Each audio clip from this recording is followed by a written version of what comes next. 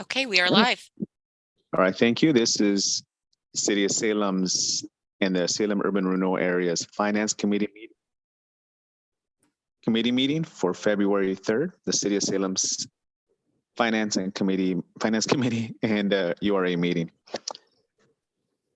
This is Jose Gonzalez, City Councilor, Board Chair, and if the other members of the committee can introduce themselves. A member Linda Nishioka.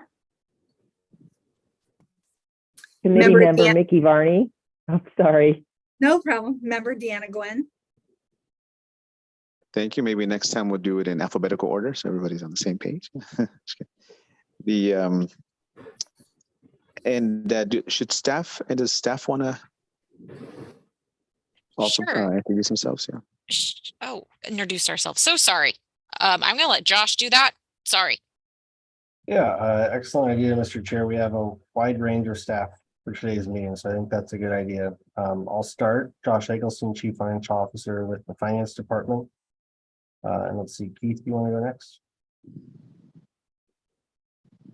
Sure, Keith Staley, City Manager, and I will hand it off to Brian Martin.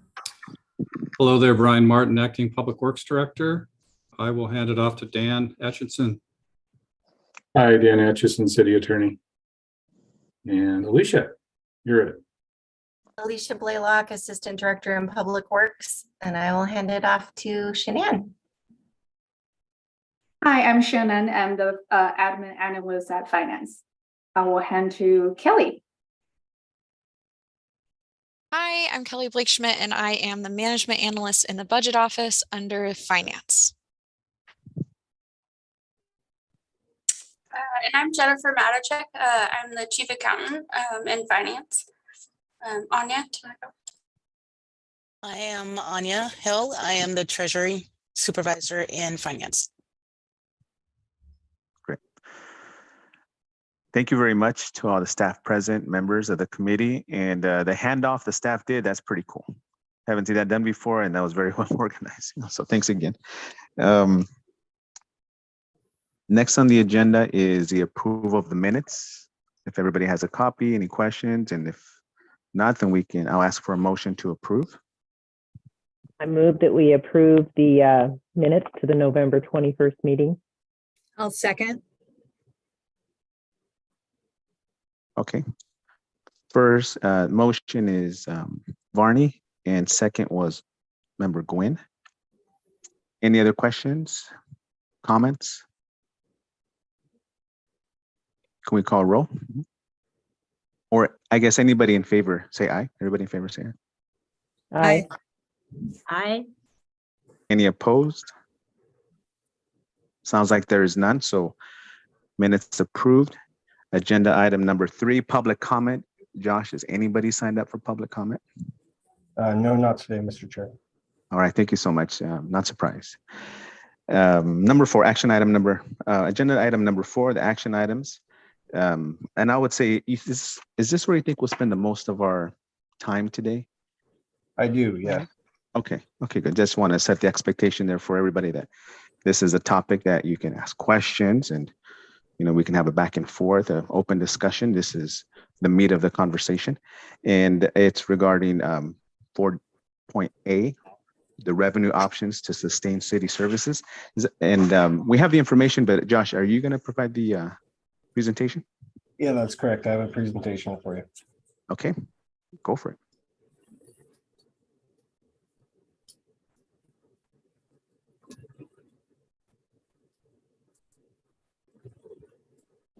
And as the chair mentioned, feel free to ask questions as we go through. I have pretty high level slides to talk about them. Hopefully you had a chance to look at the white papers and you might be familiar with some of these items either way.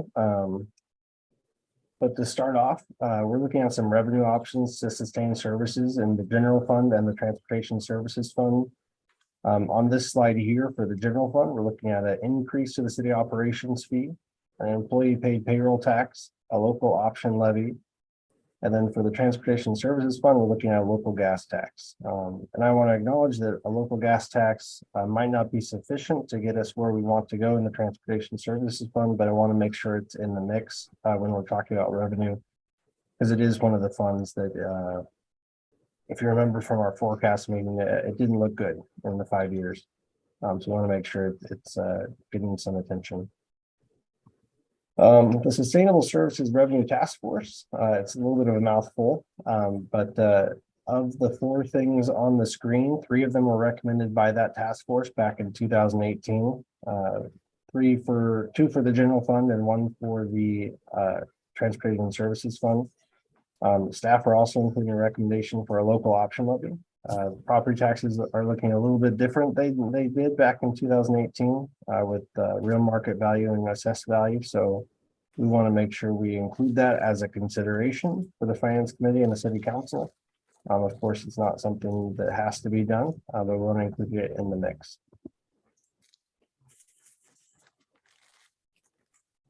The first one, we're going to call this an increase to the city operations fee because we already have one in place. We have a general city operations fee on the utility bill that you'll see monthly when you get your statement.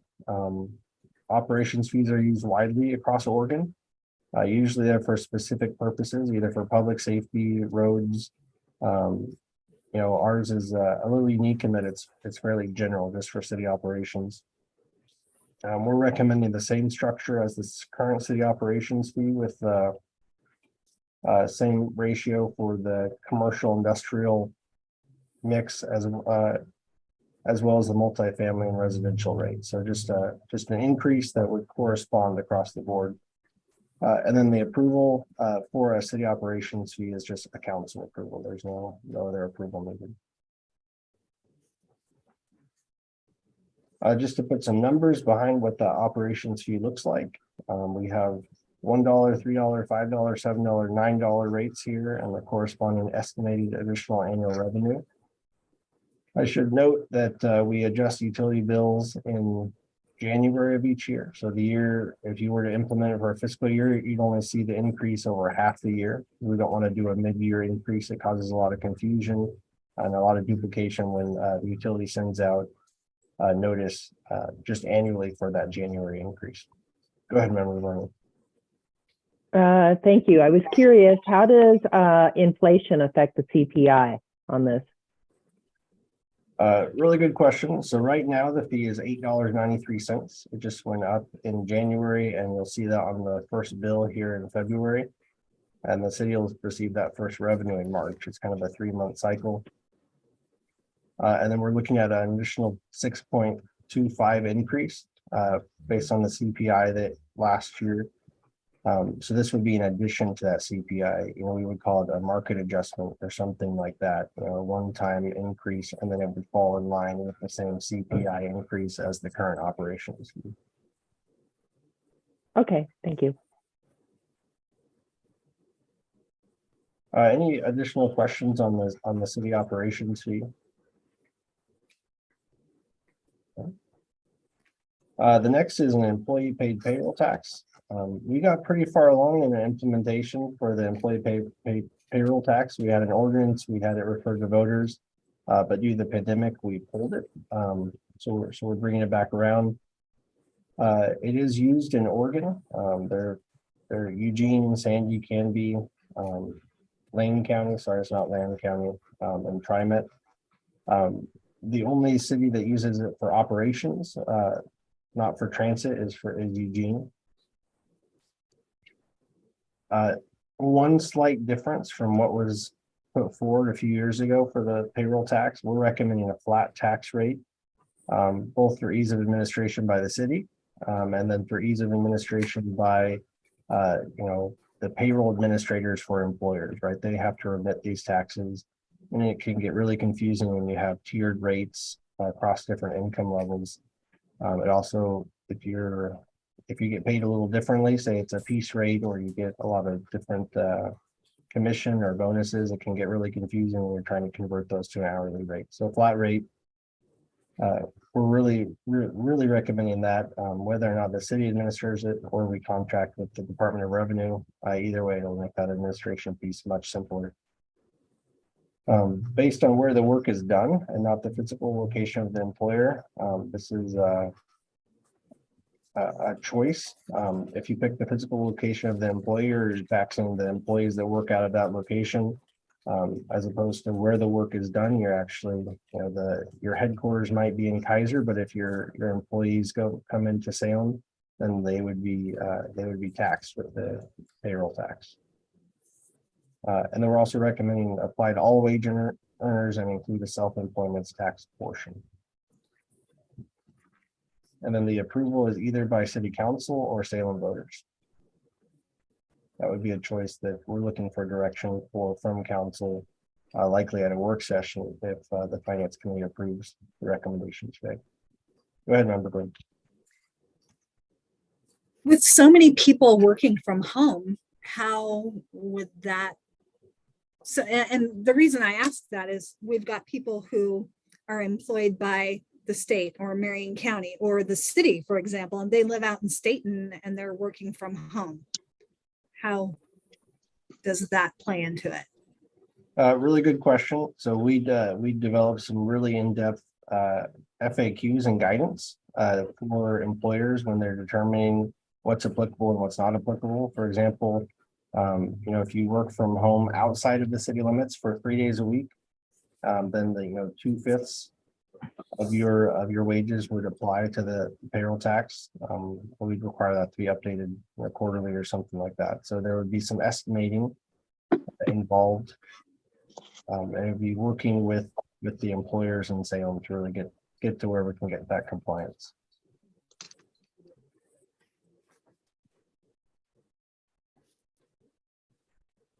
Any other questions on this one?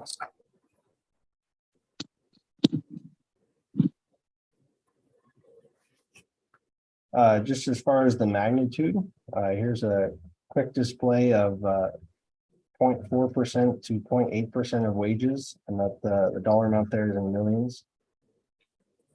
I will say there's a lot of assumptions in this revenue projection, and we also discounted it heavily, just knowing that we're not sure about compliance. And also the information we get from the state employment department. We're not 100% certain, Salem city limits versus Salem address, zip code, over off of Lancaster, where it's kind of in and out with the city and the county. So we do have some conservative assumptions built into this dollar amount. And if you were to do the calculation, just to be clear, so 0.4% of wages, say you make $50,000 a year, you would put 0.004 times 50,000 to get to what the impact would be on your wages. So you don't want to do 0.4 times your wage.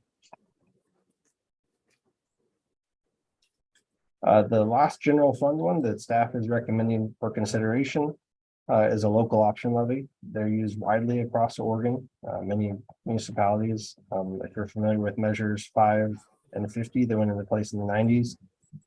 They created this option.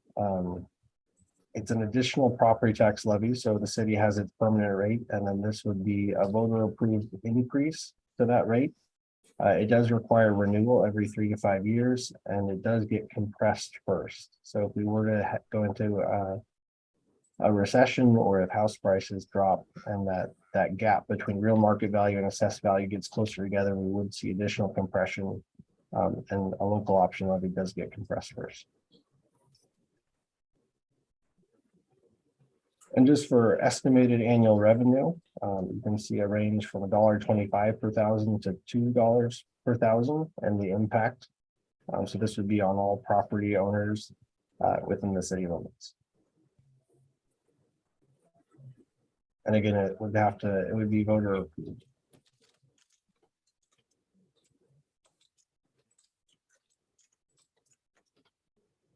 If there's no questions, this fourth one is a local gas tax. It's widely used across Oregon by different municipalities. It's charged when dispensing fuel, and it's generally administered by the Oregon Department of Transportation. When you get gas, you'll see a sticker on each of the pumps, and you can see what the federal, state, and local taxes are. Here in Salem, you'll see a 0 next to the local taxes. If you go to somewhere like Eugene or Portland, you'll see, I think Eugene is 5 cents and Portland is 10 cents. So you'll see a range there. It does require voter approval. And as far as an estimated annual revenue, you can see a range here from 3 cents to 6 cents per gallon and revenue. Go ahead, Member Bryant. Thank you. I had a couple of questions. One was, does this include aviation fuel? That's a really good question. I'm not sure what's exempt. I think I'm not certain. We can get back to you and find that out. Okay. And my other question was, during the discussions on this, what was part of the discussion with electric vehicles and charging when they're at charging stations and stuff, or how did you bring that up? Really good question. So right now we're just looking at a gas tax with the recognition that it will be a declining revenue in the future. As infrastructure and the mode of transportation changes. So likely we'll look for a different revenue source to supplement this that's more responsive to changing technology. And I expect the state to do something similar, whether it's a utility fee or a vehicle miles traveled or something like that. But basically, this is available to us right now. It was recommended in the climate action plan and then also by the revenue task force. And it can help with pavement maintenance while it's available. Okay, thank you.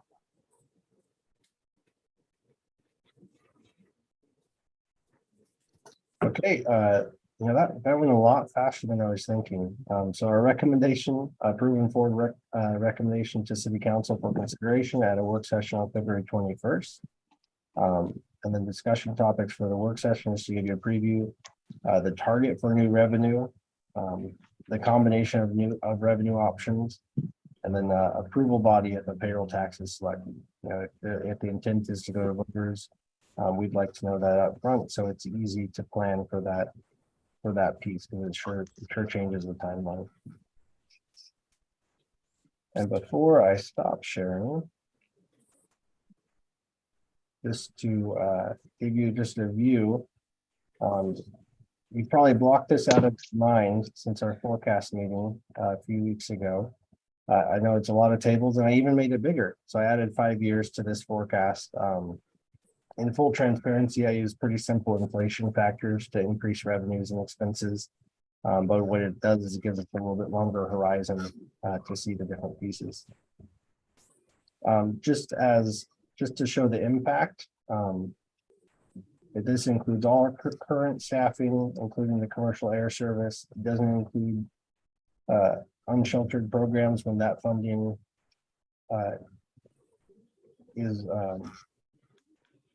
is used up, and it doesn't include the deferred needs analysis. So what I'm going to show you is I'm going to layer on the different pieces, and you can see the impact, just to show some of the urgency we're feeling to get this financial roadmap in place to know which revenue pieces and what level at different points. So like for operation fee, just for the sake of conversation, if there were a $5 operations fee implemented January of 2024, we'd see half of it in next fiscal year's budget, and we can see it increase in the out years.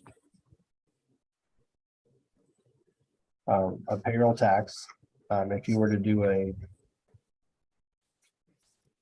0.5% payroll tax, so ranging from 21 to 36 million, it actually increases pretty organically. I'm using 8%.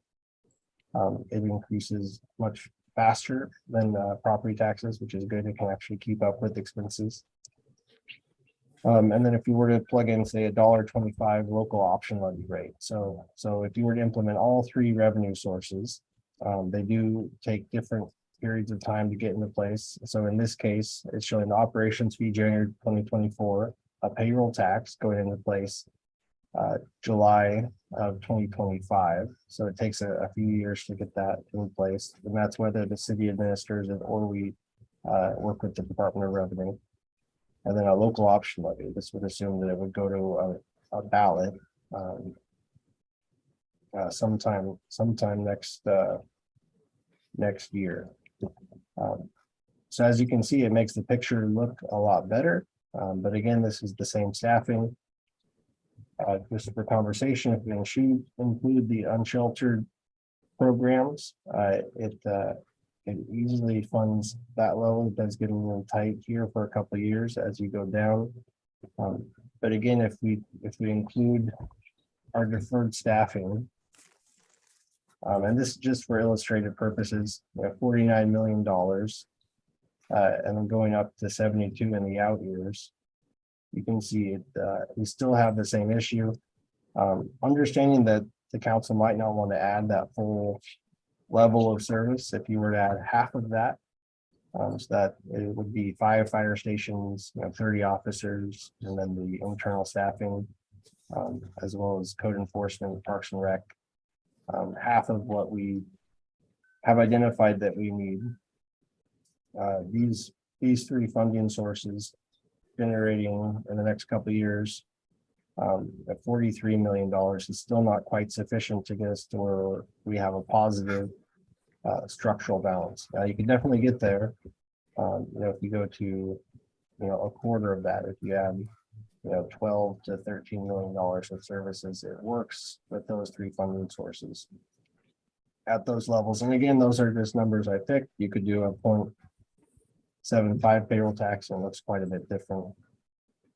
But I just wanted to show you we have options both on the revenue side and the expenditure side to solve the equation. Go ahead, member. Oh, you're muted. Thank you. I have a question. Let's review the ones that would go to the voters. So the local gas tax, local option levy, and was there one other that would go to the voters or? So for the general fund, the only one that's required to go to voters is the local option levy. The payroll tax, the city council could implement it, at least with current state law. We're not precluded from it. And then the gas tax for the transportation services fund would have to go to voters. So gas tax and the levy are the only 2 that go to the voters. Correct. The payroll tax and the operations tax do not have to. They don't, no. So I'd like you to play devil's advocate on this and take away the ones that go to the voters and only the ones that we could do, and at what rates we need to do that so we can see what it brings us to. Well, yeah, it just depends what level of staffing, right? So you can solve either way. If you want to solve it with expenditures or you want to solve it with revenue. So in this case, it still doesn't, it just barely gets you by. You need something additional, say go to $9 for the city operations fee. In one-time increase, something like that. Or you could do the inverse. You could do a 0.85 for the payroll tax. Just to solve that, to get us to a better point. I did add the fund balance policy here at the bottom. So as you increase services, you want to have more money on hand to make sure we get through the few months until we get that property tax receipt. So again, kind of a follow-up question. It appears to me that we're going to probably have to bring something to the voters and then increase operations and payroll. I mean, add that and then probably bring something to the voters. Yeah, and that's definitely a discussion we want to get to, both with what options and the phasing and at what levels. The payroll tax before, when it was going at the main rate, it was a 0.39%. Clearly the 0.85 is a larger number as depicted here. Yeah. Okay, thank you. And I'm happy to share this spreadsheet with you if you want to play around with it. I might lock a couple of things down so you can't break it quite as easily. Please do, because I would likely break it. Yeah, but there are lots, lots of scenarios, lots of ways to solve the issue. And a big portion focuses on, what are we targeting, right? We have to address the deficit. We're currently looking, if you take away all the revenue, we're looking at, $15 million is our deficit we're expecting. And that's with current assumptions. Cost of living adjustments and other things could increase that target just to get that deficit. And that doesn't even have the unsheltered costs. Correct. Yeah, the unsheltered costs. And this is continuation of the navigation center after 2025 and continuation of the micro shelters after 2024. So that's why you see a little bit of a gradual increase there. But it levels out around $10 million for those programs. So Josh, several things. As the CFO of my house, and 2 small businesses, as we look at our budget, one of the first things we look at is what we cut. I don't see any information on potential programs that we maybe aren't needed, aren't valued. I don't see any information on that end, other than just maybe, not hiring, attrition, just different things that I know that the staff has done, but I don't know what we've changed on the program front that we've had for so long. Maybe it's a habit, but we just, we're not, it might not be a priority for the members of Salem anymore. So I don't see any information here because, to go, one of the things, first of all, we have to be careful. We just had the voters approve, $300 million bond. Your presentation shows that we're going to have probably a hard landing recession this year, right? And we have a rent burdened, food cost burdened community here, so I just think we have to be really careful asking people for more money if during the next year and 3, 4, 5 years from now. We're hoping that's finance committee that also can come up with some options there. I'm hoping that, the governor's new plan on homelessness will help backfill, create new options and help us with that end. Even, on the affordable housing, I'm not sure about that, what will happen here, but anything on any programs on the cutting table, like what are you guys talking about on that end? And maybe Manager Keith can chime in. We have definitely had those conversations, Member Gonzalez, and frankly, there's not a lot there left to remove. The programs that would not be direct service delivery really would not amount to anything significant. So our thought is really on the revenue side of the equation. When you start talking about reduction in service to have impacts, you're talking about, our primary services, which are police and fire, public works to some extent, and those are already services that are strained and underfunded. So I just don't see the opportunity there to reduce in anything but a very nominal way. And frankly, I think those reductions are, there's a lot of pain associated with that, with very little financial reward on the other side. So Josh, what else would you add there? Just for context, to solve $15 million, you're talking about, all of the library and all of Parks and Recreation. So just the magnitude you're talking about is pretty massive. There aren't, we went through the priority-based budgeting process. We ranked all our programs by quartile. You look at the bottom, Salem has just been squeezing its services. There's not much optional stuff left that could be reduced without talking about some major major programs, some core services. That's definitely something we could look at. But you are talking about, wholesale reductions of pretty massive services. We can't do, I say can't, I wouldn't recommend that we do, across the board 10% reductions to budgets or things like that. They're just not very helpful for staff that are already understaffed and, kind of at that breaking point. We need to be adding staff and not reducing staff. And that's why we're talking about full services that would need to be reduced in order to solve that problem. No, and believe me, Josh, I want that too. I want that for my business. I want that. I want the same thing. And I wasn't assuming we'd cut our way to 15 million. So I'm not sure where that message came from, but that's not what I'm looking for. I'm looking at as a habit. What's our habit of bringing some of those thoughts and ideas to the council for discussion? That's what I'm talking about. Is I'm not saying we do it today, and I'm saying haven't seen any information, and that'd be great to, to have on any finance discussion.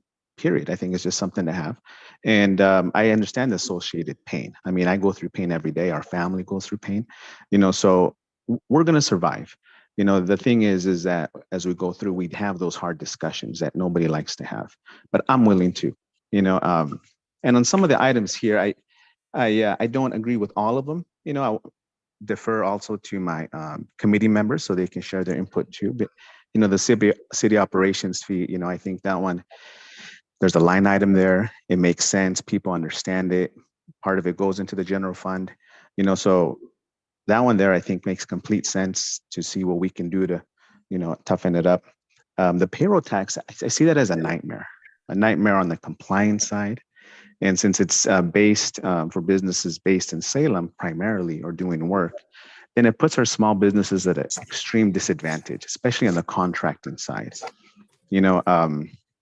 Maybe Deanna knows this, but in Woodburn, there's a business license and a fee with it. And we found out that if you were to sell a property there, even though your office is another place, but you put up a little sign in front of the yard, then you should have paid that. But there were the cities, going back to staffing, not able to even comply with that. So nobody complies with it. So it really looks bad. And you got a lot of the local businesses saying, it's not fair, so that one I see is really tricky for that reason. I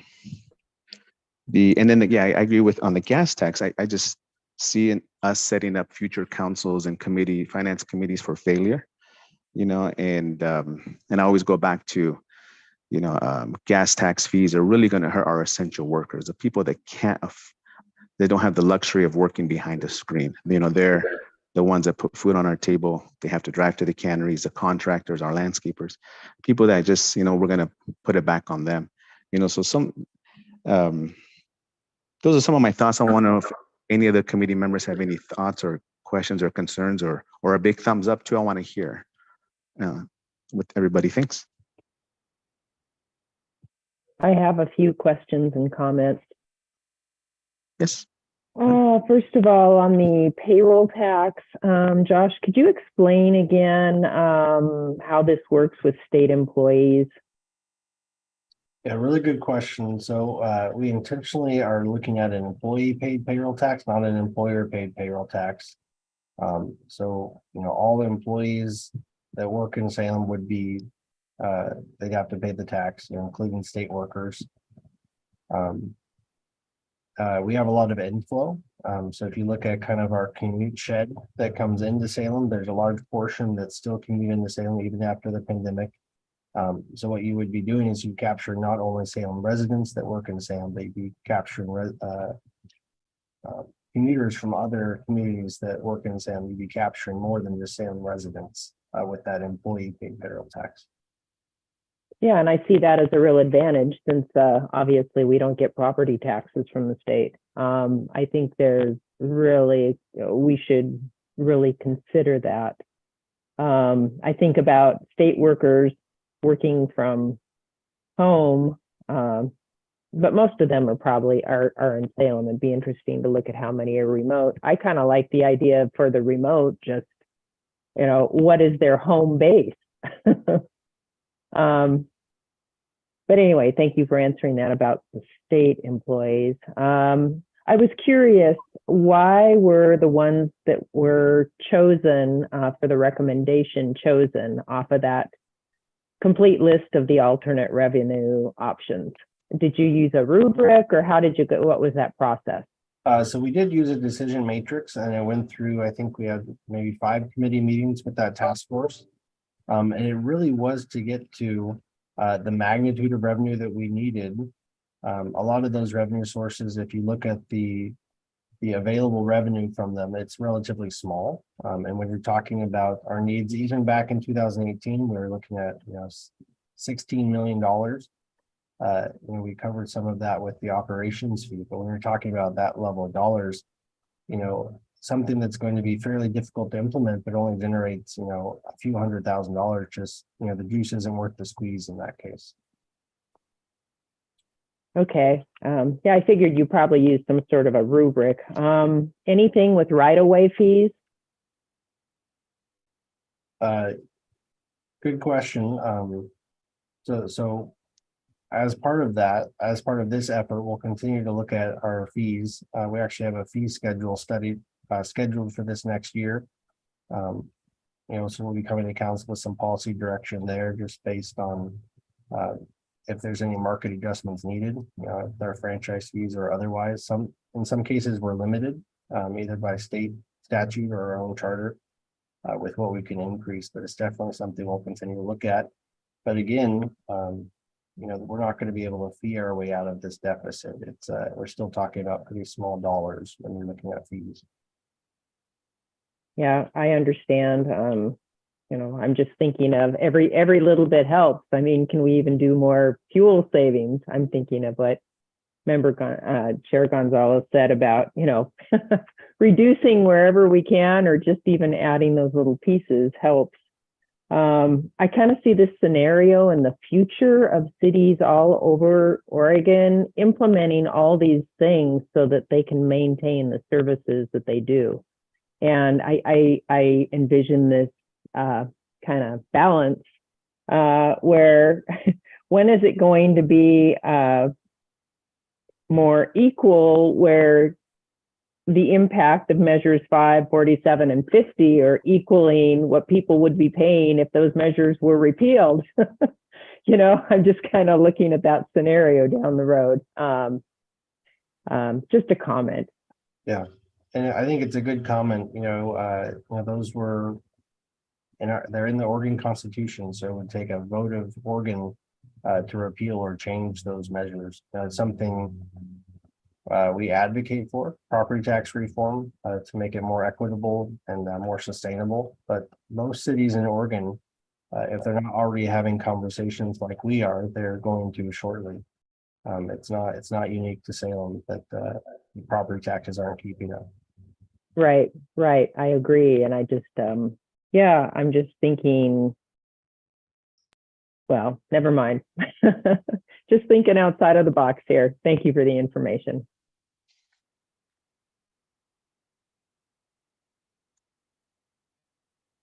Member Gwen, any thoughts?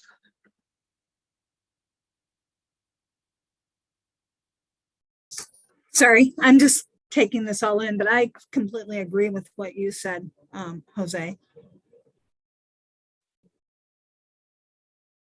I was looking through some of the alternative revenue options as well, and just trying to understand what each of those would potentially mean. And like Member Varney said, just trying to think outside the box.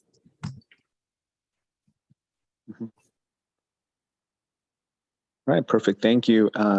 Member Nishioka, I know you had some questions earlier, but any further thoughts? Yes, thank you, Chair Gonzalez. I was wanting to find out, Josh, how so the questions that we've had so far on the payroll tax, that is to the employee and not to the employer.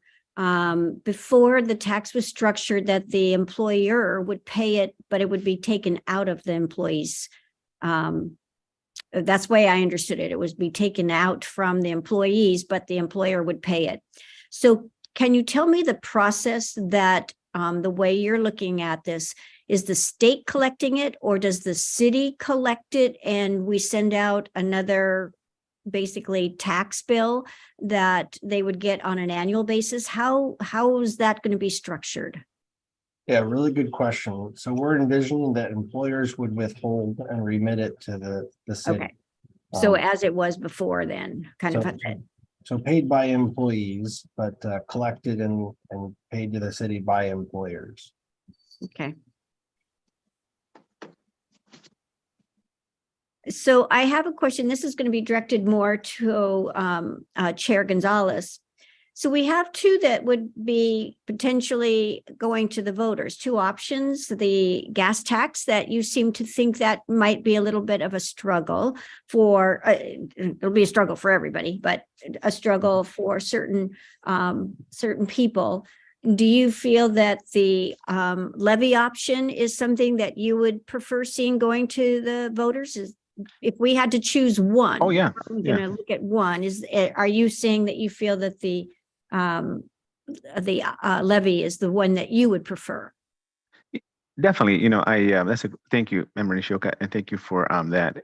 I didn't mention the levy because I do see that as a option moving forward, because it's very specific. I think people understand, for the most part, the language is very clear. They understand that what they're voting for. The gas tax I just see as setting us up to fail. And even though I know this is how a lot of things work, the more gas, like we want people to drive more and spend more on gas, and then we win, so it really be counter. I know Josh mentioned it was approved at the Climate Action Committee level, but it really wasn't. It was just one of the options there, but it was something that we didn't see really viable going forward for all those reasons. That it's just, I think the state of Oregon said all new car sales have to be electric by X amount of years. So we're already going to see, I think we're setting ourselves up with failure on that one. But the low auction levy, yeah, that one makes sense to me. Yeah. Thank you for. Yes. So then to carry on is, I had mentioned and had asked Josh before about something that Washington State is doing, which is a mileage fee. People get charged per miles, whether they're driving a gas vehicle or an electric vehicle, and that money then helps pay for roads. I still think that is something worth reviewing in the future, because it would seem more fair. And it just feels like if you're driving on the road, you need to help support paving it. And so by doing miles that instead of gas, I think that is a potential way to go. So I agree in the sense that the gas tax kind of feels like it could certainly play itself out sooner than we would maybe want it to. Thank you, Member Nishioka, and I agree with you. I think some of the complaints come from, you're right, people using electric vehicles and not pitching in. So I agree with you. You're right. That is where I've heard some concern in the past. Member Varney, do you have a question?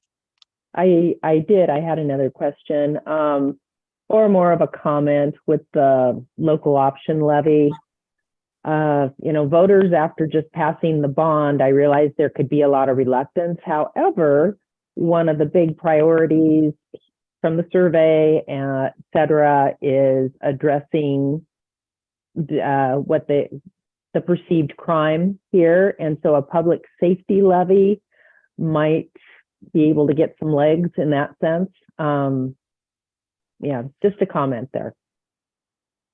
Thank you, Member Varney. I mean, at our neighborhood association meeting, Councilor Hoy and I attended Wednesday.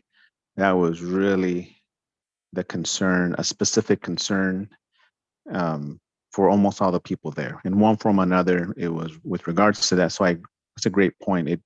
Where it's specific, or at least it's somewhat specific, I think people would understand, which is separate from the bond. I think that's my concern is, it was announced the city's going to get all this money and people just don't understand how specific, what that money is for and why there's still a need over here, Okay.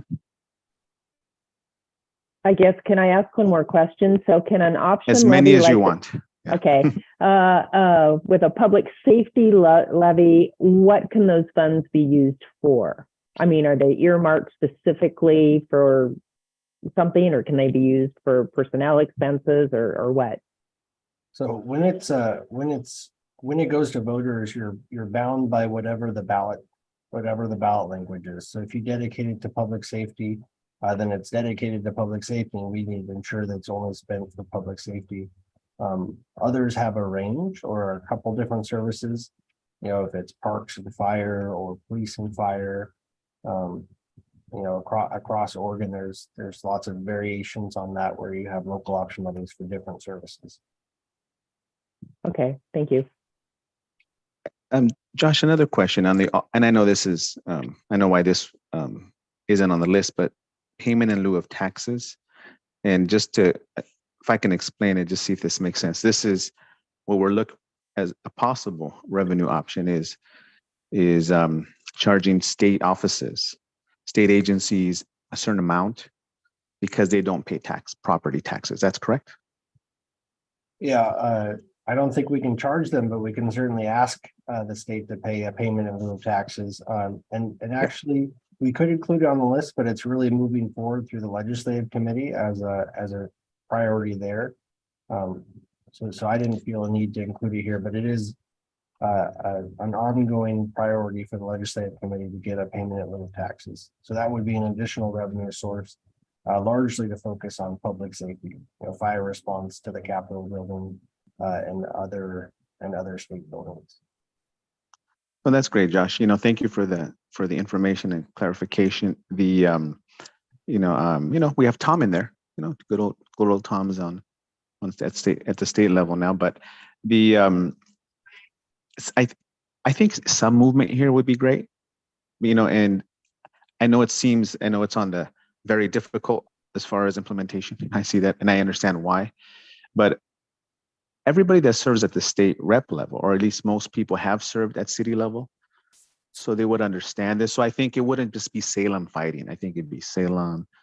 I think most people would understand. And I think the money circulated, it comes back into the community anyways, dealing with some of these things that we have to do, you know, but I think it would just really make it proportional.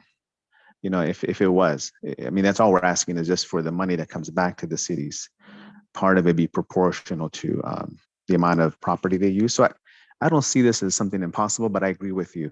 It could take 10 years. I mean, I don't know, you know, but I think if we can move it forward and start putting on people's radar, then eventually I think, you know, that's what we're talking, the 5 or 10 year goal, you know, that maybe they finally step up, you know.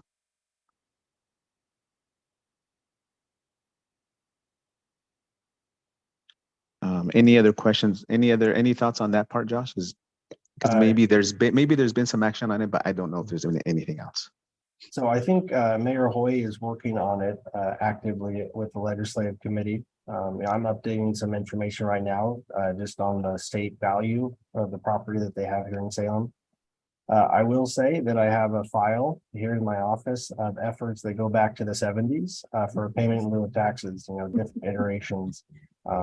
So it's not a new idea, but it's definitely worth the effort to try to get it put in place.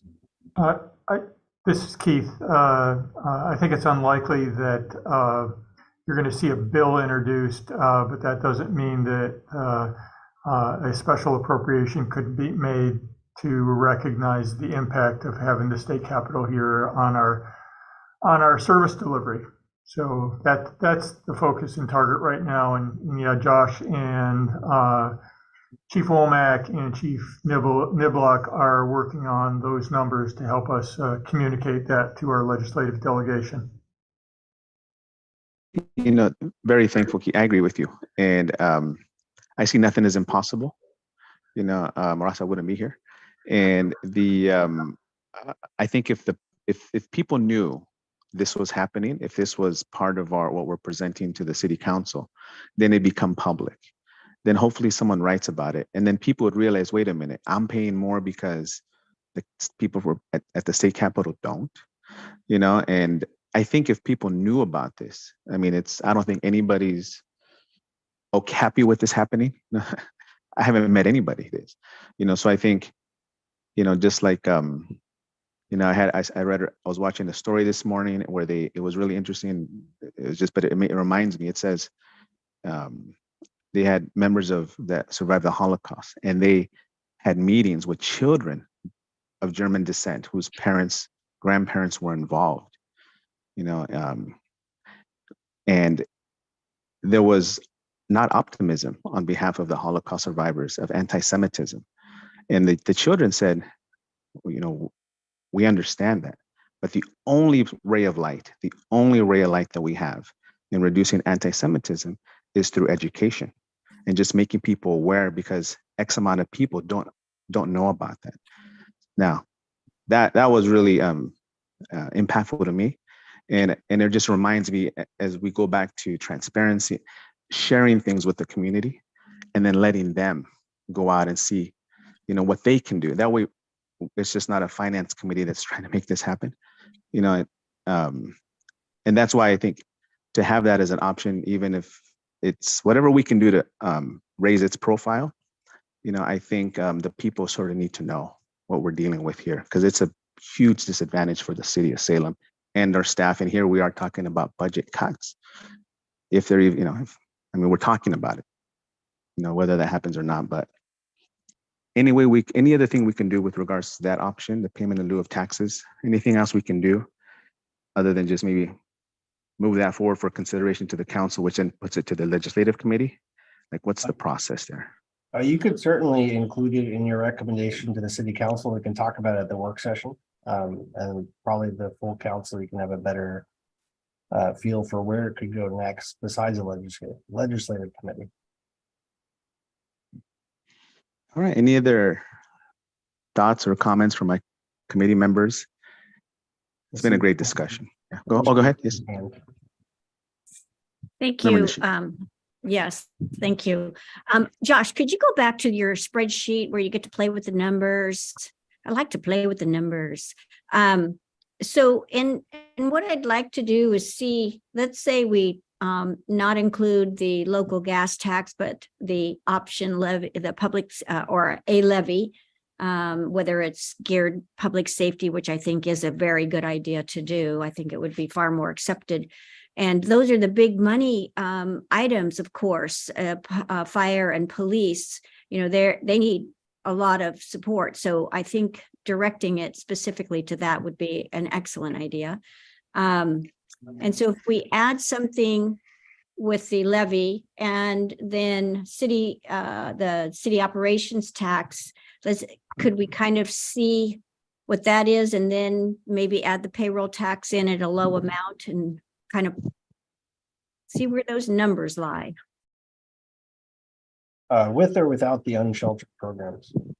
Let's see it first without and then with, because we're not going to be able to stop them. We have to continue. I think, just go ahead and put them in there. And include staffing. We don't want to, basically give us the whole ball of wax with those fees and not the gas tax. So just to be clear, this includes a quarter of the deferred staffing need. So it doesn't include the full ask from across the board, but it's a fourth of it. Okay. And this you're just skating by, so it's not quite enough. So you'd want to, increase something to give you a little bit more buffer there. And a 5% on, that'd be like $250, somebody making 50,000. Yep, absolutely. And then for the operations, it would be $14 a month, or? So this adds up the current rate plus the new rate. So it's Okay. It'd be $14.50, and then it would increase by the CPI after that. Okay. And then the $1.25 local option levy.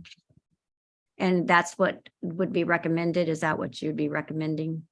I don't have a specific recommendation. What we're really looking for is that sustainable fund balance and services going forward.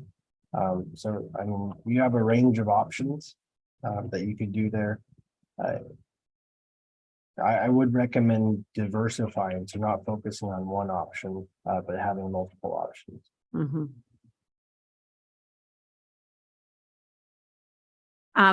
Any other members have any thoughts on this kind of layout of suggestions. And, you know, we're floating by, floating, just, and that's only 25% deferred staffing. Right, so that's a little bit more of everything, so it doesn't quite get anyone to fully staffed, but it could be, you know, a couple more fire stations, some more police officers, some more internal services, but not the full ask.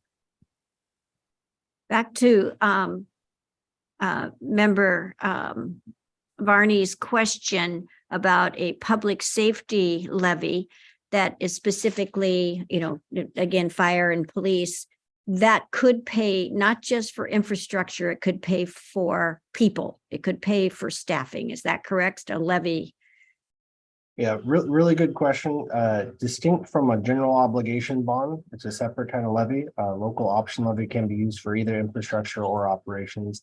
In this case, we're looking for operations. Okay, thank you. Thank you for that clarity, because the bond is helping with the fire trucks and those items. Yes, they've been ordered. Good. I would ask if there's any feedback, you know, if this committee recommends to hold that work session, we do have it scheduled. Is there anything else that would be helpful, additional information or displays, you know, for you and your colleagues as you consider different options? I think this display is incredibly helpful. I'm wondering what you have seen from the balancing act from people bringing in their input. I can provide some high level input at that work session. We've had quite a few views, you know, a few hundred views. As far as submissions, a little bit less, but people are spending some time on the site, so that's good news because they're experiencing what the services are, what the revenues look like. So even if we're not getting that many actual submissions, people are looking at it. Good. Well, the 10 times I've been on it, subtract that from the 200. Yeah, and it does like poll location, so it's pretty interesting. About half are from Salem, and then half from other areas. Oh, really? Yeah. Why would that be of interest? I'm just curious. So you can, when you submit, you can pick your location on a map, so we can look at the ward distribution. But there are others that are interested that aren't living within the city limits. Oh, interesting. Okay, well, let me lower my hand. I don't think I have any more questions right now. Thank you. No, thank you, Chiyuka. Any other member questions? I have one more. Anybody else? As you think about it, can we do 2 local option levies, one and then whatever it's called, and then one on public safety? Is that possible? Yes, absolutely. It would be separate ballot measures. You know, Yeah. separate local option levies. And again, you know, so there is compression. We already have some compression in Marion County, not on Polk County side, but in the Marion County side. So the higher the rate, the more compression you have, which basically means that you have a portion of Salem residents that don't pay that local option levy. Understood. Mm-hmm. Makes sense. You know, I have an idea, and I just want to run it by my committee members about maybe moving forward the city operations fee, the payroll tax, and the local option levy, and then not the gas, but maybe including a public safety levy for consideration to the council. Any thoughts on that? Yeah, I have some thoughts. Jose, I think that if we're asking at the same election, two levies, I think that's going to be not helpful. I'm not sure that people would be willing to vote for 2. I think there's a lot of psychology that goes into voting. And I think that maybe Moss Adams or someone else could give some recommendations, but I think that it's going to be tough to have something going to the voters anyway. And I am concerned that you'd run the risk of a no if you had 2 of them. Totally agree, Member Nishioka. Thank you for sharing. Thank you. Any other thoughts? I was thinking, okay, well, let's just have 1 though, but make it parks and public safety. Great. Good idea. Good idea. Yeah, I agree. I think one levy would be good. And yeah, we could do the double P. I have triple P's in there somewhere, but I'll wait for another time on that. All right. Member Gwen, I noticed you turned off your mic. Turn on your mic. I just, my concern is everything's more expensive right now, and it's just going to be tough to get anybody to buy into raising a bunch of fees. And now I don't know about you, Jose, but I mean, we're both we're self-employed. I mean, my income has gone down 35% over last year. You know, our utility bills are higher. In the city, we just raised on our water bill, it's up from $8 to $8.93, and now we want to add. So I'm just struggling with. I mean, I understand we have to get revenue somewhere. I just want to make sure that it's fair to everyone. I mean, you know, a payroll tax. I don't know. I'm struggling. Okay. Thank you, Member Gwen.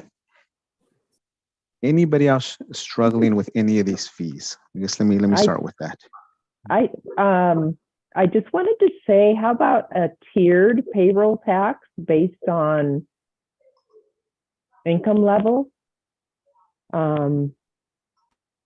You know, looking at something like that, I mean, for those that make over $75,000, for example, and then maybe something else, and then maybe not for those below 75. I don't know. So just really quick, so we had a tiered version before. And if we're looking for the Department of Revenue to administer it, I mean, it was a pretty insistent that they wouldn't when it's that complicated. So since it's a payroll tax, it's not an income tax. So it's not at the end of the year when you have a net income. A payroll tax, you know, it's very challenging as you go throughout the year to determine the aggregate wage of a person just based on their hourly rate, because they could get seasonal wages. It could adjust. They could be by commission, piece rate, other different versions. So you could do it where it converts to an hourly wage. It'll just make it extremely complicated, both for the city to administer and for employers as they're looking to withhold, you know, to know what to actually withhold and remit to the city. It just makes it more complicated.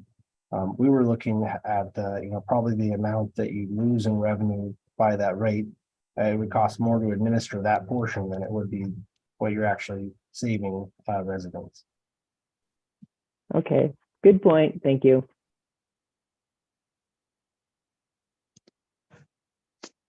Any other? Oh, Yeah. go ahead. Sorry, Nishioka here. You know, we have talked in council now about homeless, and we must do something. And it's clear that we're going to have to increase revenue. We have to increase revenue somehow. And it still will only be managing the shelters and what we have now. We're not even talking adding. So I just want everyone to understand that the things we want, we have to find a revenue for, and trying to have a strategic plan at which ones are the best to send to the voters, which one we might just have to bite the bullet and say, we're going to raise it because this is the only way that we can continue to support the city and the projects that we've already got going that we don't want to see gone because things could get worse. So I know it's hard. This is hard for all of us, and people won't like it, but we're going to need to do it, I think, and just trying to find the best way that is not as painful to people and sort of spread it through multiple things, I think is smarter.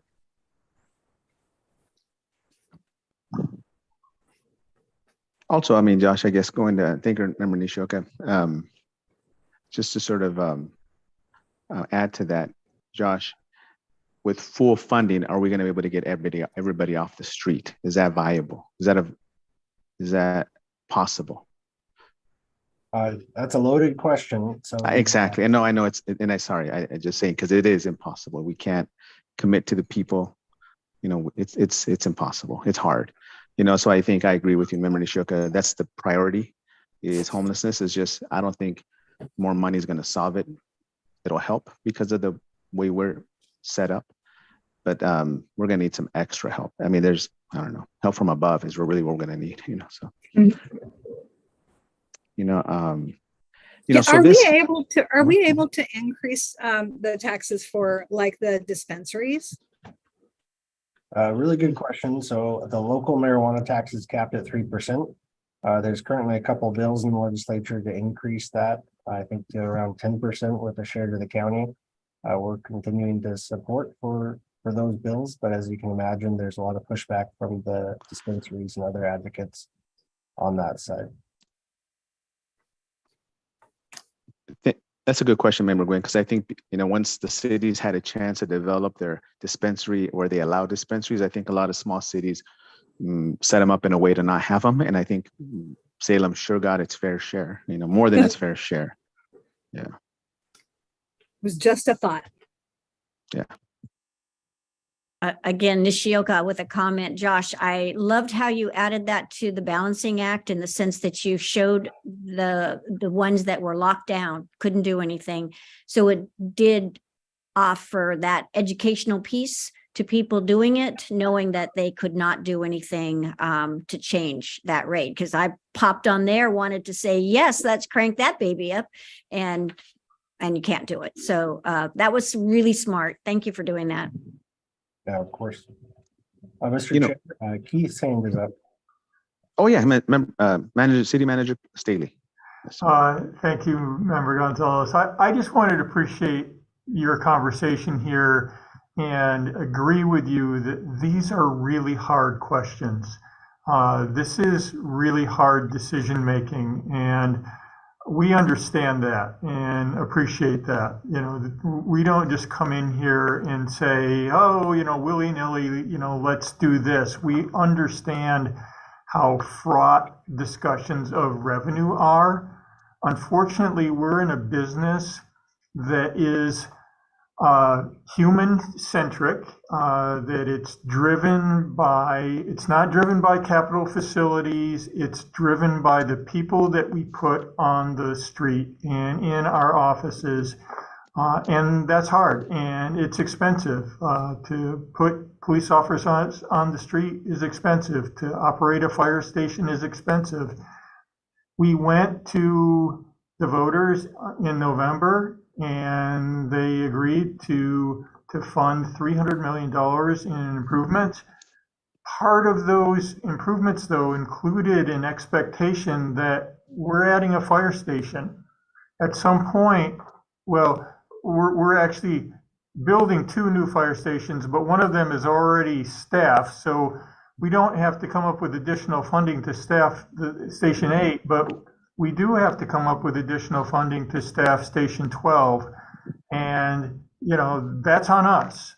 We put that out there. We said, hey, this is something that's important to our community. We're going to need this additional station in order to, even at a minimum level, continue to provide the services at, you know, at our current really strained level of service. So, you know, we're out there with libraries. You know, we're talking about buying some additional library sites, but the reality is, without additional revenues, we're never going to be able to build the libraries or to staff any additional library facility. So just some thoughts for us as we move forward to council, and then, you know, ultimately onto the budget committee and then back to council, that yes, these are really hard conversations. And you know, I wish there were easy answers, and that, yeah, we could just quit doing this and it would be easy and we could balance the budget, but that's not the question in front of us today. These are hard questions, and I appreciate your struggle. So thank you.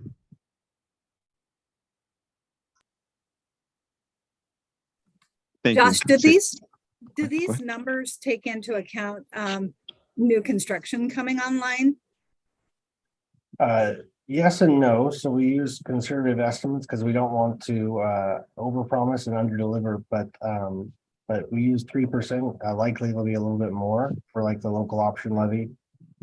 As far as the city projections for property taxes, we use 4.1% increase. So that 1.1% represents that new development that we see in Salem. And it's been fairly accurate over the years. Thank you, Josh, for that answer. And here's another thought. Maybe, for the city council, we asked them to take into consideration adjusting the city operations fee, looking at the payroll tax, the local option levy is a public parks and public safety option, not the gas, but potentially just encourage the council to not move forward with like every tax or fee because of also the upcoming recession and all the other extra costs our public is suffering through right now. Thoughts on something like that?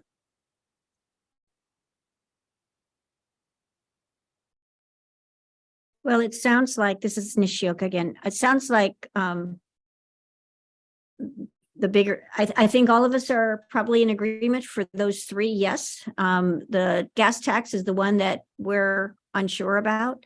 And again, I'm just wondering, and I keep going back to this and I apologize, but the mile usage, that's again, I don't have any idea how one can do that in a city.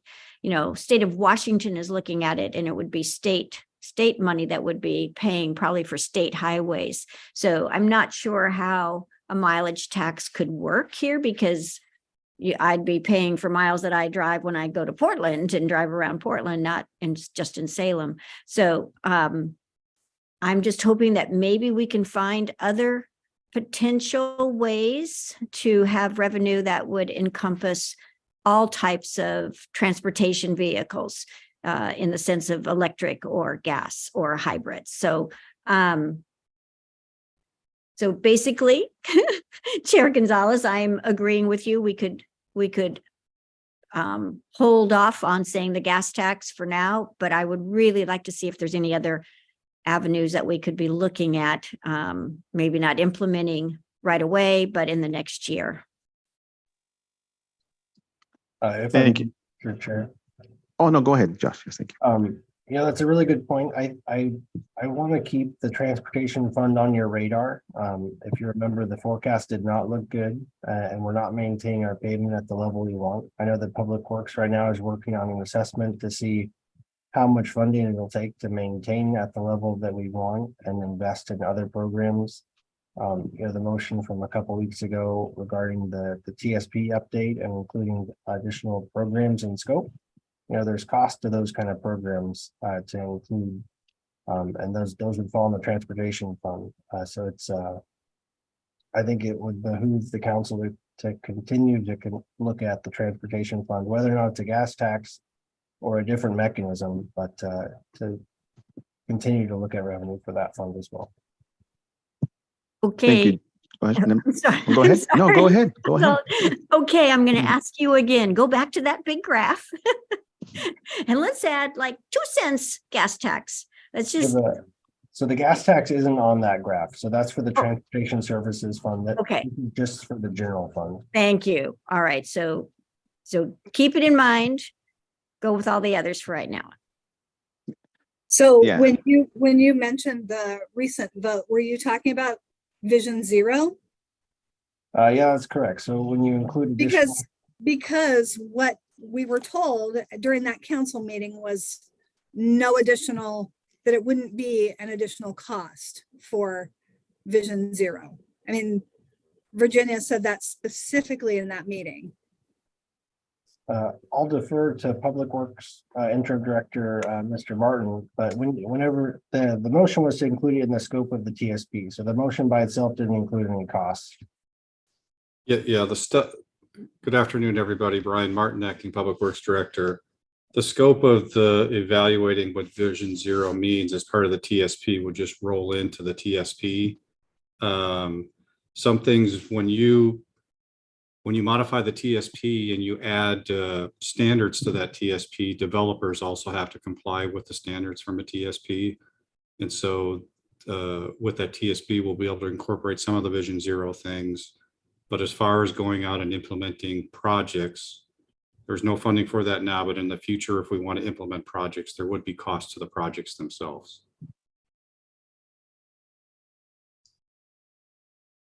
But again, those would come back to the city council either through the CIP or the budget for your consideration. So it wouldn't just happen automatically. Okay, thank you for the clarification, Mr. Martin. Any other questions or thoughts?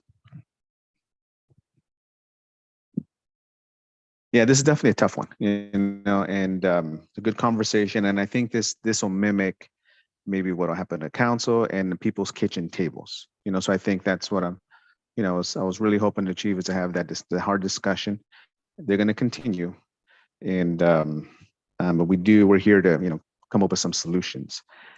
And let's see. So all we'd be doing, and so let me run through it again, see what people's thoughts are, is recommending the city council they look at these various options for increased revenue. One of them being adjusting the city's operation fee, looking at employee paid payroll tax, and the local option levy, specifically the parks and public safety, or just, I guess that could be an option.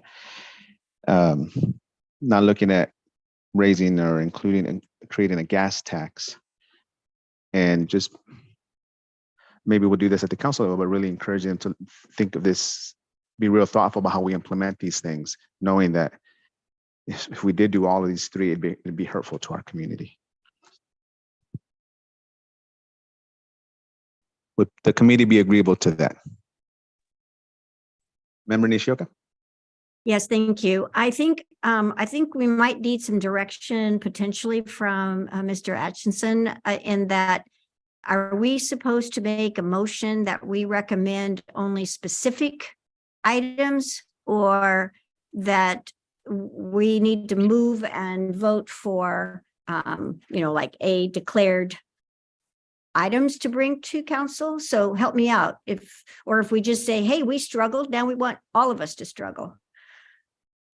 I'll defer to Josh on that. I mean, technically you could do it either way, but I think it's probably better to have more specific direction. But Mr. Eggleston may have a better idea of what they're looking for. Yeah, that's exactly correct. We'd like the specific options you'd like considered. You don't have to talk about the magnitude or the you know, the range, but just the, you know, the options you'd like to forward. You know, originally we had 13, so we're looking for the finance committee to kind of funnel that down to these 4 or 3, whatever you're considering at this point. Did that answer your question, Member Nishioka? Yes, I think then with that said, if it's this that we're voting on recommending, I really feel the whole council needs to have the opportunity to talk about the gas tax. I don't think we need to be restricting it. I think that the full council needs to have all of the options, and that we're not presenting them with the truncated choices. You know, I think they can come back, and I think some of this information will be available to them, right, Josh? That's why we have a finance committee. You know, we can make decisions here. That's why this committee was formed. I think we should be, you know, worried about the council not getting all the information, because they're going to see all these alternates also. But the purpose of this committee is to, you know, spend time with Josh here and give some specifics. I'd recommend moving forward without the gas option, just because it's dwindling. It's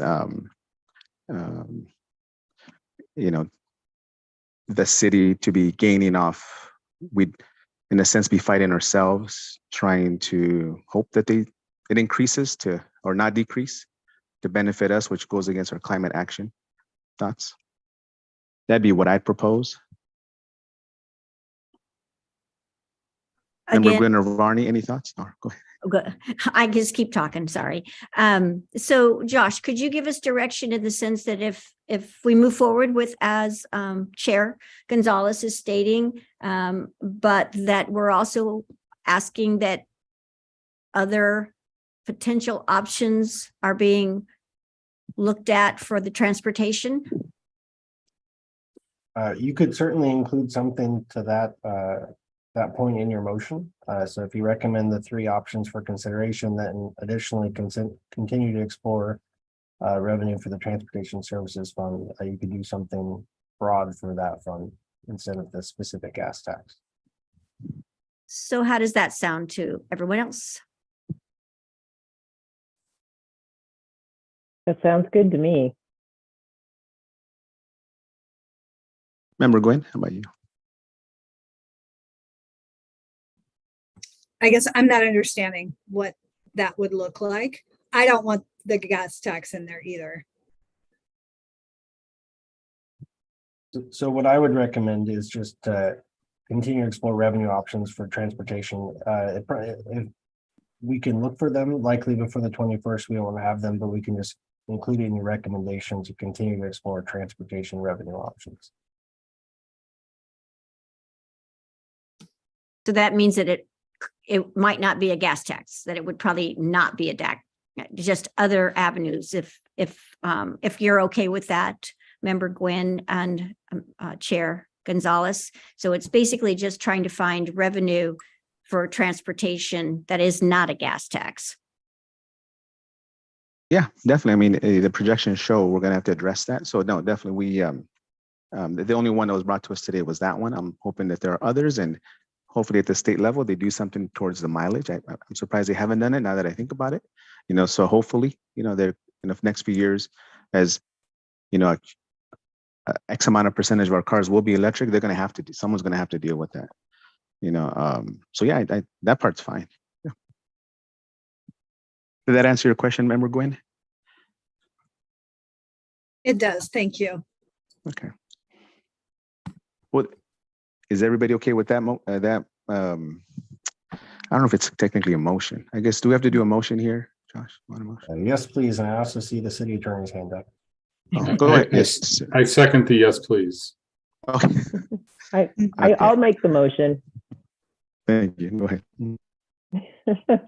Going to say, I move that we recommend to the council the following options: the city operating fee, the income tax, payroll tax, and the local option levy, and continue exploring the revenue options for the transportation. Should we Something like that. specifically say for parks and public safety for that levy, or should we leave that out?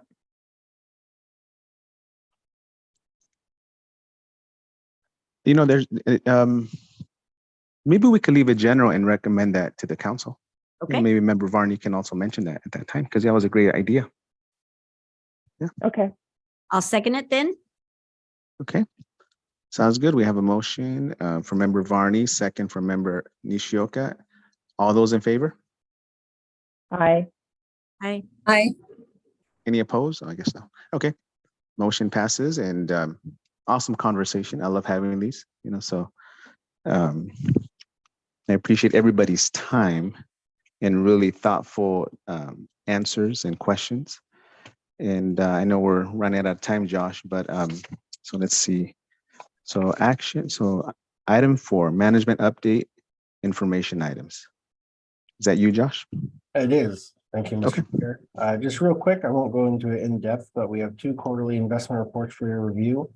I'll point out something new is the environment, social, and governance reporting that the Finance Committee recommended and then the City Council implemented with our investment policy. So that reporting has been added. If you look at the end of both of those quarterly reports, you can see that as well. And just real quick, for information items, you might have seen in an earlier agenda, we had the financial audit on your agenda. I cut it a little bit too close to when we actually issued a couple days ago. We found one more thing we need to get figured out, but we'll bring it back to you. We might need to schedule a short finance committee meeting sometime later this month, just to bring you that specific item for the fiscal year 2022 audit. Perfect. Thank you very much. Great reporting, great information. Any questions or any discussion on the reports provided?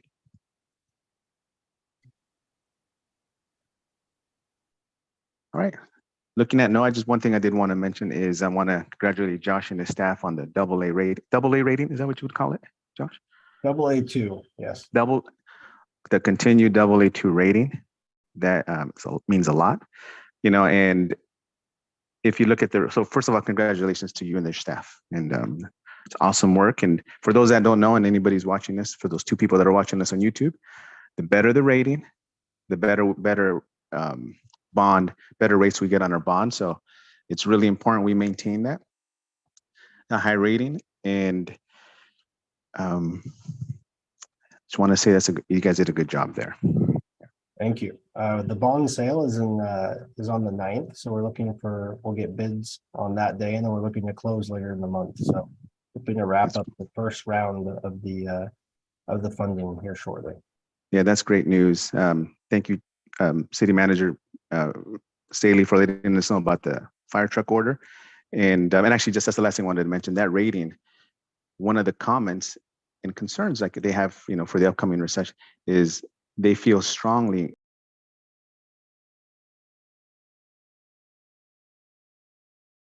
the city of Salem will be able to find additional revenue. So that it's funny that rating came with a little hook there, so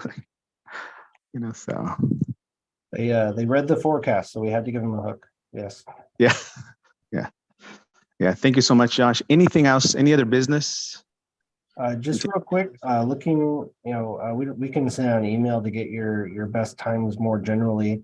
But 2 questions. What day and time would you like, and would you prefer virtual or in person? I know Member Nordyke isn't here, so we could do that on email if you prefer, Mr. Chair. Yeah, I think email would be great, considering Member Nordyke's not here present. And if everybody's okay, we can continue virtual until someone feels the need to do in person. Is there any objections on that? Okay, sounds like we're all on the same page there. And so, yeah, we can definitely hold off and do a little bit of email back and forth to find future dates and times. Perfect. Sounds good. Okay, well, we finished 1 minute before our scheduled ending time. Thank you very much for all the staff, all the committee members. Have a great weekend. Thank you so much.